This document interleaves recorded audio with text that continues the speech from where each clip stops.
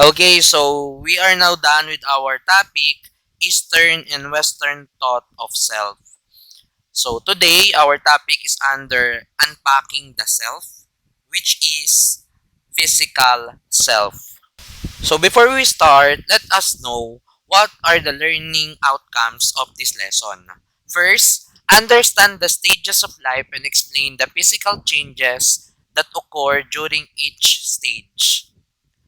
Second, identify the contribution of genetic and environmental factors on physical development of the self. Third, describe the factors that affect body image. Fourth, examine the impact of the culture on the body image and self. Lastly, develop a positive image. In our life, we have different stages of lifespan. I know that maybe you have knowledge about physical self because in subjects like science, particularly physiology, anatomy, and biology, you have studied self or you have studied the physical form of human beings.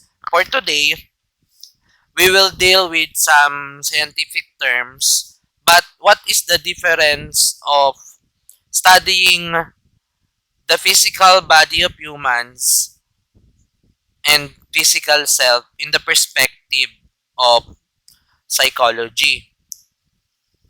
The difference is today we will know how does our perception of body affects ourselves.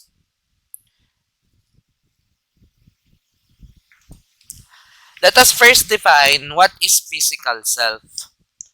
Technically, it refers to the body that includes basic parts such as head, neck, arms, and legs.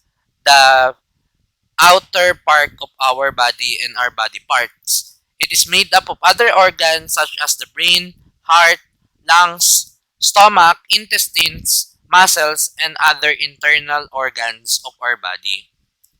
Physical self is one of the crucial aspects of self. It features face, body, height, and weight. In physical self, in general, the body performs its functions least well during infancy and old age. Since we are born, nagde-develop o nag-improve ang physical self natin, which is our body itself. So, as we age, so nagbabago din ang physical structure ng ating katawan. Nagbabago din ang sizes at nagbabago din ang features ng ating body parts. Physical efficiency generally peaks in early adulthood and declines into the middle age. Meaning to say, so as we age, as we go to different lifespan of our life, so we will enumerate later what are the different stages of development of our body. As we change in each stages, nagbabago yung physical efficiency o yung kakayahan ng body natin. Nagbabago din yung form ng ating body dahil nadadagdagan yung edad natin. At as we age, as we go to adulthood and old age, nagde-decline din yung functions ng ilang body parts natin o bumababa yung performance ng body parts natin because we are aging. Physical development and growth during childhood continues at a slow rate compared with rapid rate growth in babyhood. So according to experts in developmental psychology and in anatomy, babies or during babyhood, the growth or the physical growth is so fast rather than early and late adulthood period of humans. So, mas mabilis daw ang pag-develop ng physical body ng isang baby sa matanda. So, kitang-kita natin ang mga pagbabago sa physical structure at sa body structure ng mga baby. At mabilis ang pagbabagong ito. 'Di ba? Ilang months lang, ilang years lang, ay kitang-kita natin yung development sa physical structure ng isang baby.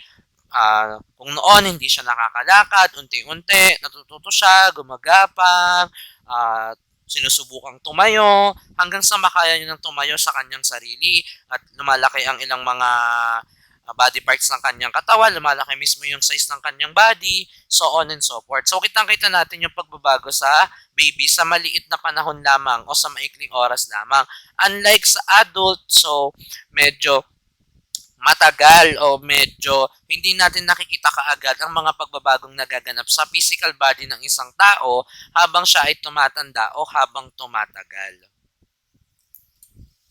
One of the most crucial stage of development, aside from babyhood, is the adolescent stage. So later on, we will define adolescence and kung anong age ba ang pasok sa bracket ng adolescence. So, during adolescence period, as you can see in the picture, so, largely daw, mas marami ang pagbabagong nagaganap sa ating physical body during adolescence. So, marami ang nangyayaring development at marami ang nangyayaring mga physical changes. We will give examples later. And let us define adolescence. Adolescence begins with the onset of puberty. This stage is characterized by rapidly physical changes that includes the maturization of the reproductive system. So in this stage of the lifespan of a human being, so marami na ang nagiging pagbabago sa katawan, lalaki man or babae, regardless of sex, especially sa kanilang reproductive system at sa kanilang sexual urges. So nagkakaroon ng mga malaking pagbabago such as hair growth, and other physical changes. Let us define lifespan. Lifespan is a development from conception to death. So, ang lifespan ay hindi nangangahulugang simula pagkapanganak natin hanggang tayo ay mamatay.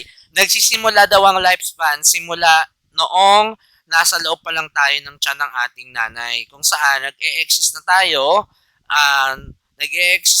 nagde-develop na tayo hanggang sa maging baby tayo, hanggang sa iluwal tayo, hanggang sa ilabas tayo ng ating nanay. So, hindi pagkapanganak ang simula ng lifespan. Kung hindi, habang nasa loob tayo ng ating nanay, kung saan meron na tayong buhay until death. According to a famous developmental psychologist, Elizabeth B. HURLOCK, she outlined different stages in the lifespan of human being. And she divided the stages into 10 parts. This is the picture of Elizabeth HURLOCK, and this is one of the version or one of the picture of her book about lifespan approach of human beings. So, these are the stages of lifespan according to HURLOCK. So, the first stage is prenatal. It is the fertilization to the birth. So, nag-i-start ang lifespan ng tao during the fertilization of us inside the mother's womb. Hindi pa tayo pinapanganak, simula na ang ating lifespan kasi may buhay na tayo inside our mother's womb. Next, infancy, birth to 2 weeks of our life. Pagkapanganak natin until 2 weeks. Then, the babyhood pertains to 2 weeks of life until the 2nd year natin or kapag ka nag 2 years old na tayo. Early childhood pertains to 2 years old to 6 years old. And late childhood, 6 to 10 or to 12 years old. So may iba-ibang variation nito. Ito yung lifespan na sinusunod na mula kay HURLOCK. Ang puberty naman natin ay 10 or 12 years old to 14 years old. While adolescence pertains to 14 years old to 18 years old. Kung saan ito nga yung sinasabi natin na crucial stage ng lifespan ng isang human being kung saan marami siyang na-discover, marami siyang nakakasalamuhang ibang tao, madami ning development ang nangyayari sa kanya, especially physically. Early adulthood, 18 to 40 years old. Middle adulthood, 40 to 60 years old. And late adulthood, 6 years old to death o yung tinatawag din na old age. So, malaki ang epekto ng pagbabago ng lifespan sa physical changes ng ating body. Different stages of life, different years, may iba-iba tayong physical body. I mean, may iba-iba tayong mga pagbabagong nararanasan sa physical body natin. Mga physical changes. Pwedeng negative, pwedeng positive, pwedeng good, pwedeng bad. At malaki ang epekto nito sa buhay natin bilang isang tao. Pagka may nagbago sa katawan natin, malaki ang magiging epekto nito sa pamumuhay natin. Lalo na kung ito ay negative. Kung positive naman, o magandang pagbabago sa katawan natin, malaki din ang magiging epekto nito how we live every day. There are factors affecting physical growth and development. Scientifically speaking, may mga bagay na nakakaapekto. Bakit ba ganito yung physical body natin? There are reasons why we have body like this. Based on experts, there are two possible bases or possible factors na nakakaapekto why we have a body like this. So that is nature and nurture perspective. There is a long debate between nature versus nurture as a reason why we have physical structure like this. Of course, I know that you already heard this in your psychological subjects and other science subjects. But let us review and let us define again. When we say nature, sociobiologists, psychologists, and others in the natural sciences argue that behavior traits can be explained by genetics. So when we say nature, it is the scientific explanation why we are like this or why our body is like this. So it highly pertains to heredity. While nurture, sociologists, anthropologists, and others in social sciences argue that human behavior is learned and shaped through interaction. So according to social scientists that studies humans and their behavior with other people and in the society or in groups, they said that we are like this because of our interaction with other people, with our family, with our friends, with our classmates, with other people in society, and inside the community. There are factors affecting physical growth and development. So let us first see the nature or heredity. So heredity is under the nature factor of growth and development of our body. Heredity is the biological process of transmission of traits from parents to offspring. It is the sex and other physical traits that determine by the combination of chromosome and genes during fertilization. Fertilization is the union of two cells, which is the egg cell from the mother and the sperm cell from the father. Heredity, also defined as the transmission of traits from parents to offspring. These are the traits that are made up of specific information embedded in one's genes, which is the basic unit of heredity.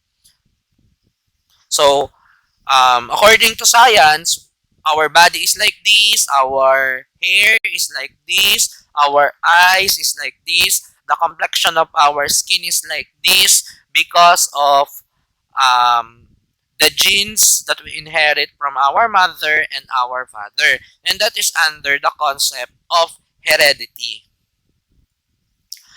And they are so-called as chromosomes. I know that you already heard and encountered this in your science subjects. Chromosomes are thread-like tissues that carries the genes and usually found in pairs. So you can found chromosomes in living things, particularly animals and humans. So there are 23 pairs of chromosomes that we inherit from our mother and our father.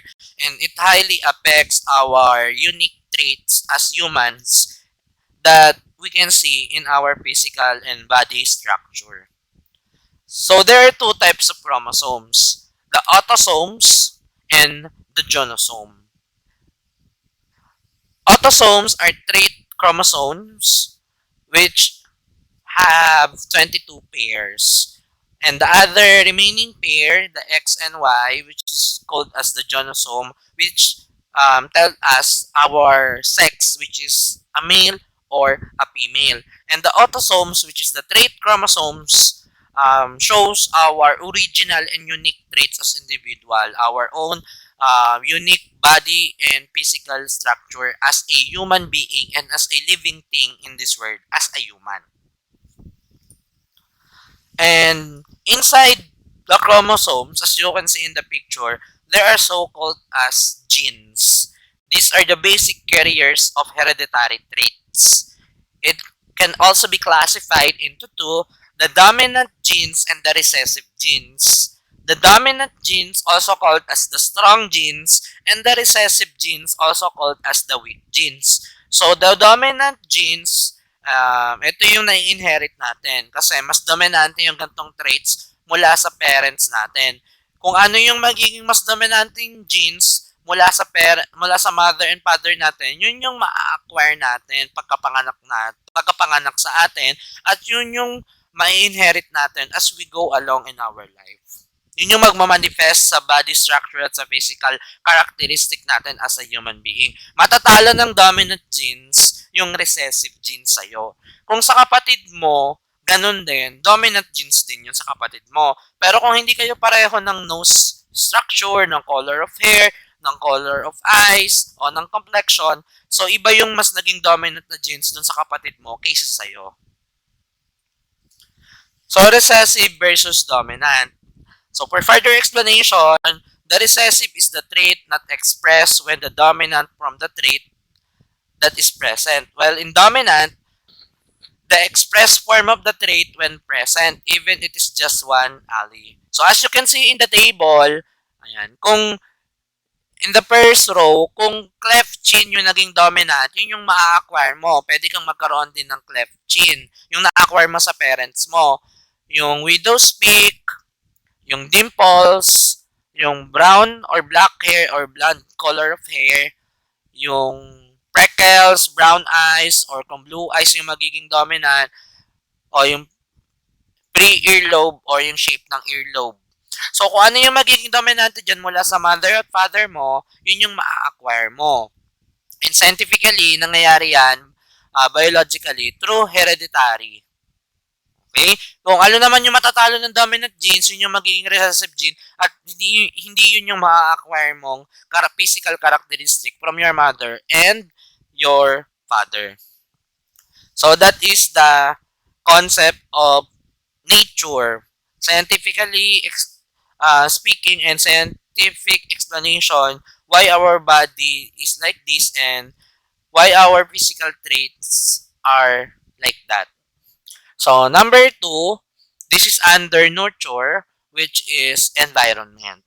Environment refers to the factors to which the individual is exposed after conception to death, which includes learning and experience. So, as we live in this world, we are in an environment, and the environment influences our behavior, our personality, and our physical characteristics from our parents, from prenatal, when the time that we are born and when we were a child and as we age, we experience different things, we encounter different people, we are in different culture, we raise with different mother and fathers, so it will affect our physical structure. There are factors such as diet, nutrition, and diseases that play an important role in physical development. Let's go to first one, diet. So, if you train to eat healthy foods like vegetables and other nutritious foods while you are young, you can be an healthy individual and it will affect to your body structure. So, pwede natin sabihin na you are slim or you are in a perfect body structure, perfect health condition. Also with nutrition, if you are not eating with not so nutritious food, so it will affect your body structure. It will affect the functions of your internal organs such as the heart, the stomach, the lungs, and other internal organs of your body. Also, diseases. So if you inherit diseases from your mother and father, like high blood, diabetes, and other physical deformities, so your body will be different from others because you inherit something internally from your mother and father, especially severe diseases. Okay, let us now go to body image. So we already define factors why our body or physical characteristics are like this. So that is nature and nurture. And we also define the lifespan. So we already know that as we age, as time goes by, our body is changing. Now, we will know our perception about our body. So our body image um, our body image vary from one another, and our body structure affects our perception in life or affects our perspective in life, whether we like it or not, and it is inevitable. We have different structure. We are not um, alikes, or we are not the same with one another. So our body image or our perspective to our body will be different also. Let us define what is body image. Body image, it refers to how individuals perceive, think, and feel about their body and physical appearance. So basically, tulad ng first lesson natin during preliminary period, body image is our perception about our body. Ito yung pagtingin natin sa body natin. So, iba-ibang pagtingin ng tao sa katawan nila. Kahit slim ka, pwedeng tingin mo mataba ka in your own perspective. So, kahit meron naman ng mga chubby-like persons, pero tingin nila they are sexy. Ayan. So, yun yung body image nila, o yun yung how they see their body. And also, let us define appearance. So, appearance is the real appearance of our body, physically. Appearance is everything about a person that others can observe, such as height, weight, skin color, clothes, and hairstyle. So, it includes our own body, the physical structure of our body, the external structure of our body, and it also includes the clothes that we wear and our hairstyle, and how we manage ourselves, um, how we show ourselves to other people. Also, another factor or another important term is self-esteem. Self-esteem is the overall perception of a human being to his or to herself. It is a person's overall evaluation of his or her own worth. So, appearance and self-esteem are the factors that highly affects our body image. O kung ano yung pinaka-itsura natin, ano yung pinaka-height, pinaka-weight natin, at ano yung self-esteem natin, pinaka-nakaka-apekto yan kung paano natin tingnan ang ating mga sarili. Younger women and girls tend to have poor body image. Comparing girls and boys or man and woman, mas conscious daw ang mga babae sa katawan nila kaysa sa mga lalaki according to studies. And based on my observation, it is true because women are women. So, conscious sila sa katawan nila kung paano sila titingnan ng ibang tao because whether we like it or not, we must accept the fact that we are not living alone. So, we are interacting with other people, and we value the perception of other people to us. So, most of the women are afraid of the expectation of the society. That's why they are so conscious with their self. That's why iba din ang self-body image ng mga babae sa mga lalaki. So, mas conscious sila sa katawan nila. Body image can affect both an adolescent's physical and psychological being. So, kung ano yung pinaka-appearance natin, it will affect our psychological well-being or how we see ourselves or how we see our physical self. So, most of the women nowadays are afraid of bullying and rejection of other people based on their physical body, as just as you can see in the picture. And there are possible causes of poor image according to experts. There are three in this list. So the first one, emphasis on thin ideal body. So nowadays, most of the society or most of the countries, mayroong mga nabuong perception na when you are slim and the thinner the body, the beautiful you are. So, nagkakaroon ng standard ng beauty o nagkakaroon ng perception na kapag kapayat ay maganda na. So, that's the first one. That's why nagkakaroon ng low self-esteem ang ilang mga kababaihan, maging ang ilang mga kalalakihan about their body or about their own concept of beauty. So, naapektuhan sila kasi yun yung existing beauty standard at yun yung ine-expect ng tao sa society physically. Whether we like it or not, ang unang tinitingnan ng tao ngayon ay ang physical structure. Bago makita yung other traits mo or other attitudes na meron ka. Second one cause, bullying and peer pressure. Most of the teenagers and early adult people are afraid of bullying and peer pressure. So they are afraid of the people's expectation to their body. So ayaw nilang mabully sila, ayaw nila na masabihan sila ng hindi maganda about their body. And yung iba naman nape-pressure kasi most of your friends slim ang katawan, most of your classmates they have high physical attractiveness. So nape-pressure ka. So nagkakaroon ka ng misconception sa standard ng beauty at nape-pressure ka na pilitin na maging katulad rin nila. Then last one, media. So napakalaki ang epekto ng media sa pagtingin natin sa sariling katawan natin. Media is a platform that reinforces cultural beliefs and projects strong views on how we should look.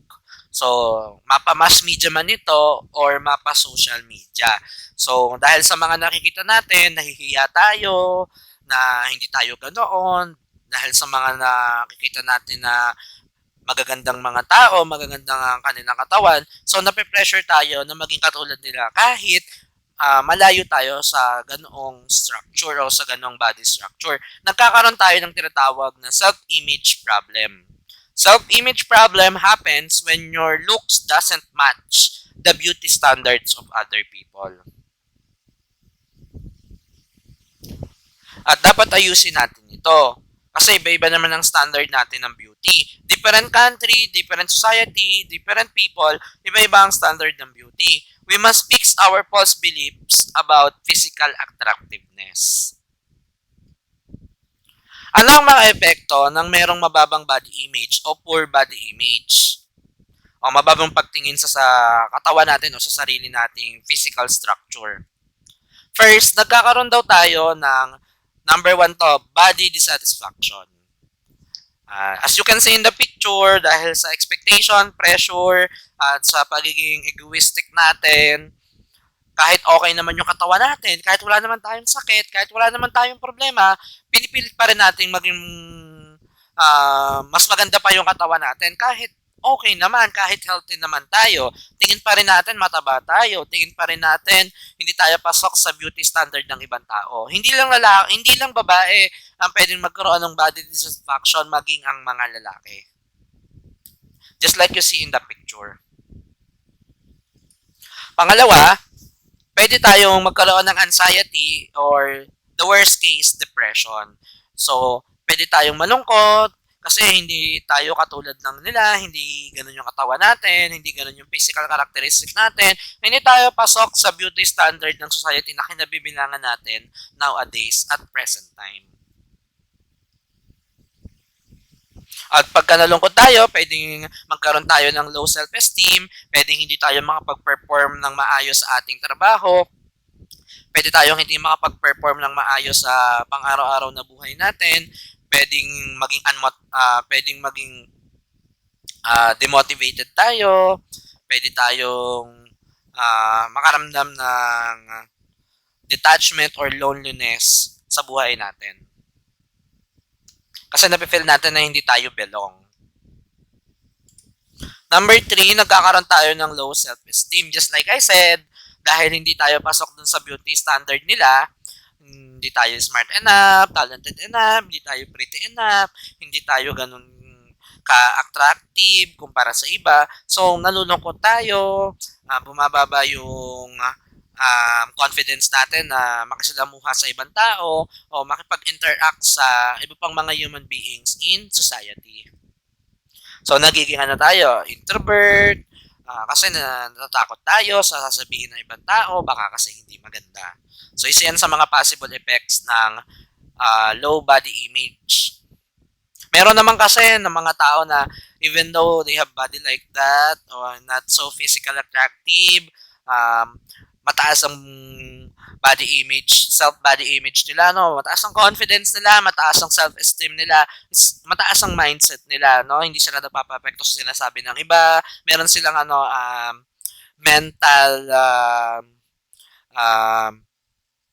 mental strength na harapin yung mga sasabihin ng ibang tao. Mataas ang confidence nila, anumang physical body o physical structure meron sila. Number 4, pwedeng magkaroon ng eating disorder ang mga taong may mababang self-body image. May tinatawag na bulimia, yung pag sinawag na, anong ibig sabihin ng bulimia? Isa itong uri ng isang eating disorder kung saan kumakain tayo, pero pinipilit natin maging slim. Kumakain tayo, may mga tao daw, according sa experts, na pinipilit na nga nilang isuka daw yung kinakain nila kasi gusto nila maging slim. May mga tao naman na ayaw nilang kumain kasi tataba daw sila o kumakain sila pero kaunti lamang kasi tataba daw sila.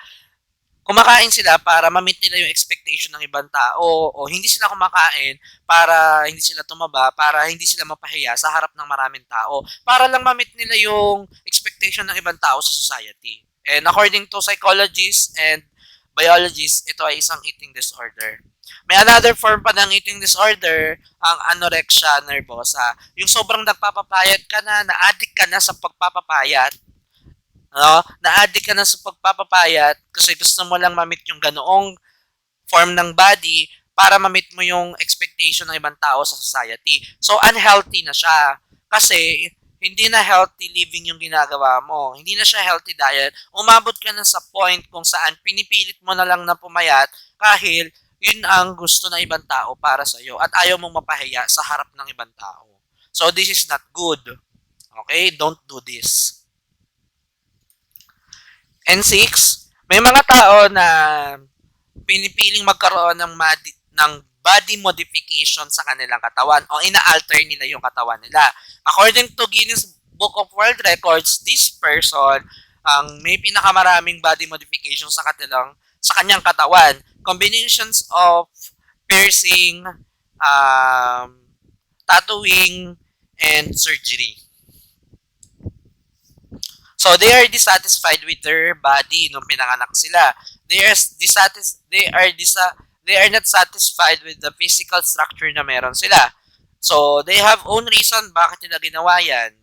Pero generally speaking, according to experts and developmental psychologists, meron silang gustong ma-meet na expectation sa buhay nila o meron silang gustong i-escape sa buhay nila. That's why ginagawa nila yan.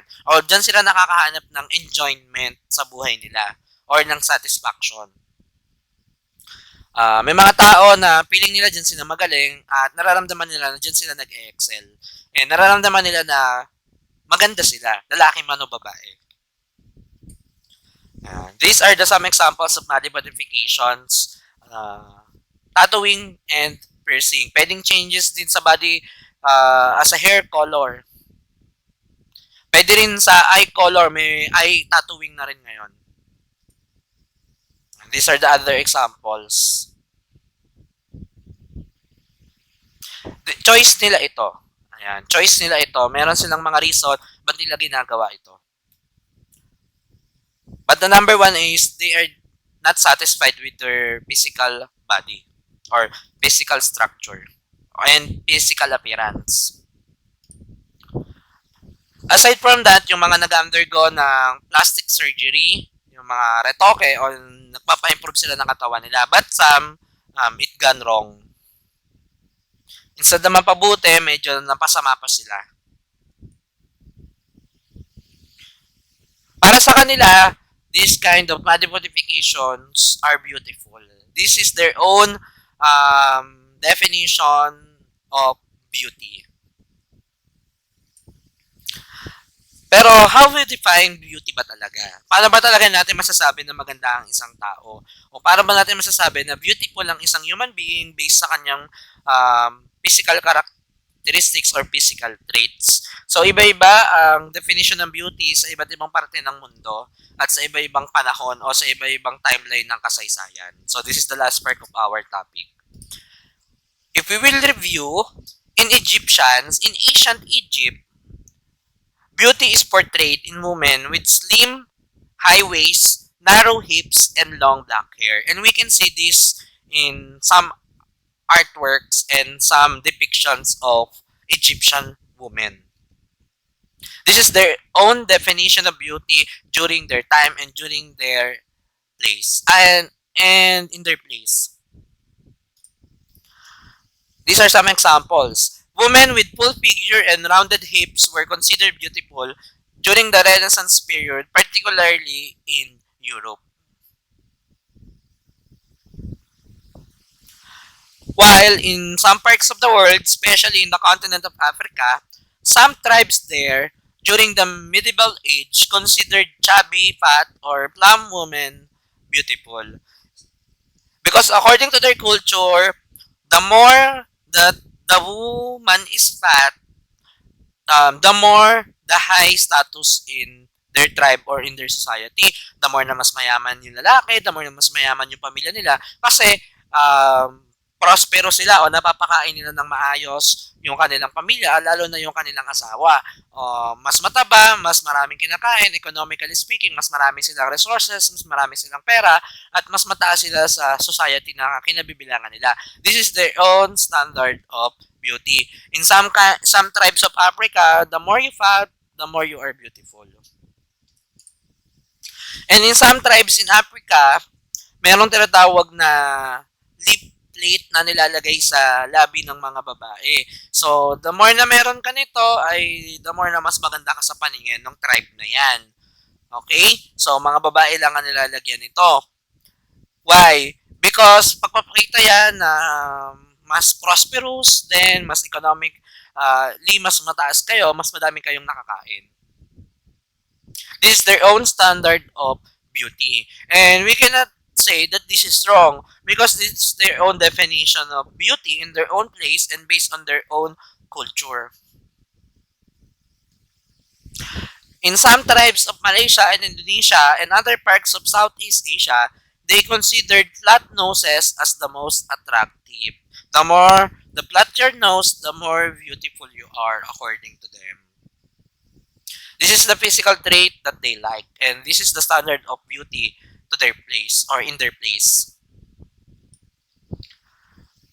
To wrap up, generally speaking, changes of beauty have changed over time based on changing cultural values. Dahil nagbabago ang history, nagbabago ang panahon, nagbabago ang tao, nagbabago ang culture, nagbabago ang beliefs. May mga culture na nare-retain pero nagkakaroon ng modifications at pagbabago sa perspective ng mga tao. Kaya nagbabago din ang standard ng beauty ng tao through history. And I want to end our topic for today about physical self.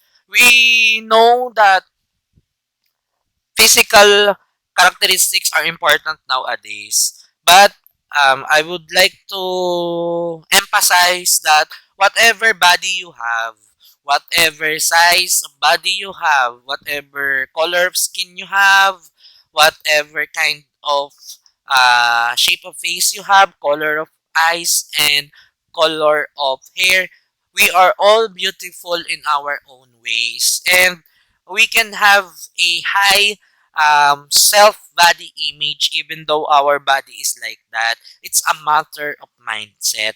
And we must not take our physical characteristic as a hindrance to achieve our goals in life and to live well in this world.